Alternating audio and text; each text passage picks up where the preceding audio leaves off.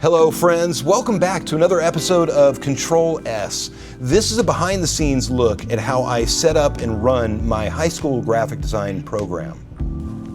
So this day is going to be all about keeping momentum as my students get going into their first assignments. And so, from time to time, I do like to make sure that they have an entire class period where they just get to focus on their work. No distractions, no lectures, no bell work, just come on in and get right down to it. Now, that being said, I do occasionally pause in the middle of class to teach some kind of a new skill or a new technique or something. And today I'm going to be doing that where I'll give them the period to focus, but I am going to take a little bit of their time to show them how to give a good critique. So we'll talk about that as well. In digital design and illustration, my students are just going to continue working on those Illustrator tutorials. They're working on exercise number 1, and I usually set a 1-week deadline for those tutorials. And you will notice that you'll have some students who just finish ahead of time because, well, they may have prior experience using vector programs or using Adobe Illustrator. And so, it's okay to let them jump to the next one, but like I said in the last episode, I would like to push that to the next day just so that we have a little bit of time for other students to get caught up as well. But I'll leave that up to you. Another thing you can have them do is act as a teacher's aide. Have them stand up, join you as you walk around the room and help others who might have trouble with that exercise that they just finished. I like to tell students that, when they know how to do a thing and they can actually show somebody how to do that thing and they do it successfully, it kind of demonstrates that you are a master of that thing. And so that actually is something that I encourage them to do, is to step out of their comfort zone and help others. Show somebody else how to do something that you already know how to do.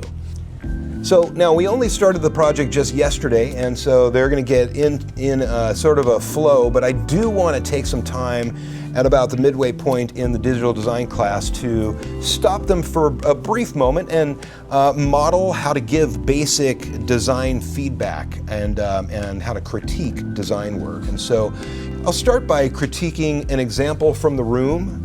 Myself, I'll give them a demonstration. I've got all kinds of things in the room that we can critique, but that's specifically what this section is for. And so what I would do is, for this one, I think the Zatarans box would be a great example of a package that we could critique. So, I like to keep it fairly simple. I'll pick 1 or 2 items off the wall or from the brochure rack, and then I'll give them a demonstration about how to critique it. We're looking at the principles of design. We're also asking questions about, does it communicate clearly? Is it appropriate for the intended audience? That sort of thing. And then I'll go around the room. I'll give them an opportunity to join in and give some critiques on yet another piece. We'll practice going back and forth, and then once we're done with that, maybe about 15 minutes or so, we'll go right back to their Illustrator projects. And in visual communications, on this day, it's going to be a work day. It's basically, they're going to come in, I'm going to tell them that they have the whole period just to focus on their Bauhaus trading card project. Some of them will still be refining sketches, while others will be, gathering and doing research on their mood board.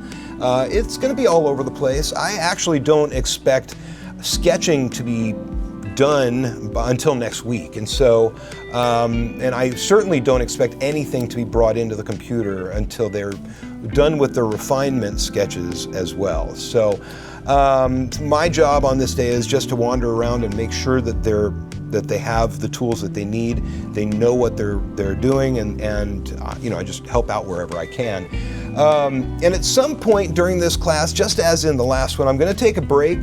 We'll pause for a critique session. They don't need me to show them how to do it, but I will, since it's been a little, they've had the summer to take a break. I am going to go through at least one product and give a critique, and then let them go in and give their critique on other products. And then, of course, once that's done, jump right back into the art history project.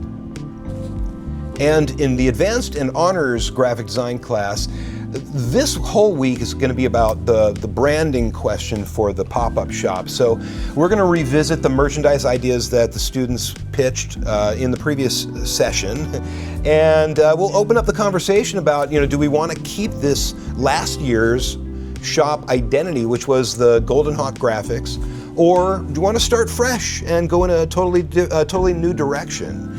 So, since last year was the first time that we used that particular brand, there's really no pressure to keep it, and so I'm okay about giving them the space to do it the right way and spend time rebranding. But if they do want to keep the name, we'll shift into developing the graphics and merchandise concepts, and then any promotional campaign ideas for that brand. Of course, this may not be decided in one day. The next couple of the next few class sessions will be used to, we're going to explore, we'll test it out, and refine our direction, and we'll figure out exactly what way we want to go. I'll give them about a week, and then we'll pinpoint what we want to do.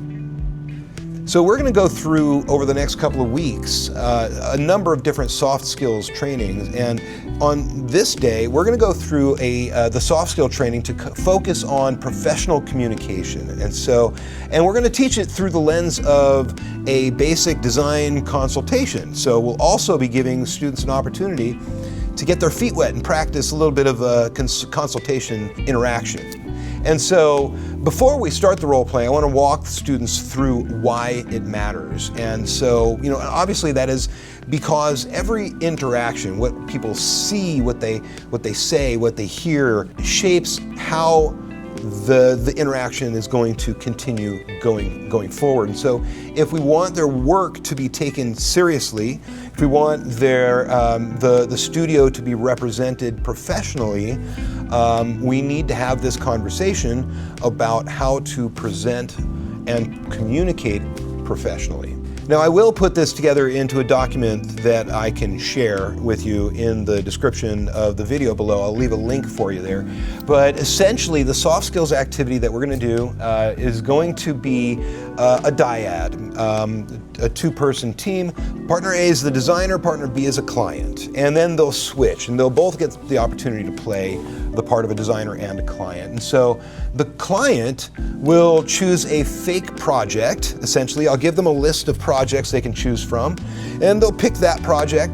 The designer, their job is to greet their client professionally, welcome them into their conference room, into their little seating area, and then the designer is going to ask them two meaningful project questions, and I'll give them a list of questions they can choose from. Okay, so we'll leave it up to them which questions they ask. And then they have to try to extract the information about the project from their client. That's the whole purpose of this activity. Okay, then they'll switch places, have an opportunity to do the opposite role as well, and we'll end the activity with a quick group reflection. We'll ask questions like, what felt natural or unnatural to you in that role, in each role? What worked when it came to asking for the right information?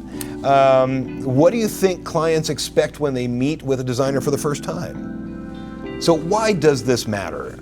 These soft skills, I think, are very, very important, and I think it's important that students understand.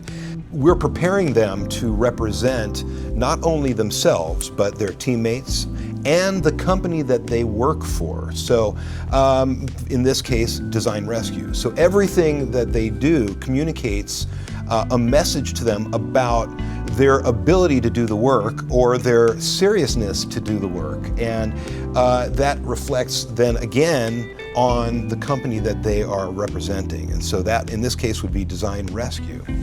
So their tone, the effort that they're making, the attitude that they put forward there, the way that they communicate, that all becomes a part of the client's experience. And if they want to be taken seriously as junior designers, it starts with how they show up in that first consultation. Coming up next time on CTRL+S, In digital design, my students are going to continue those pen tool exercises.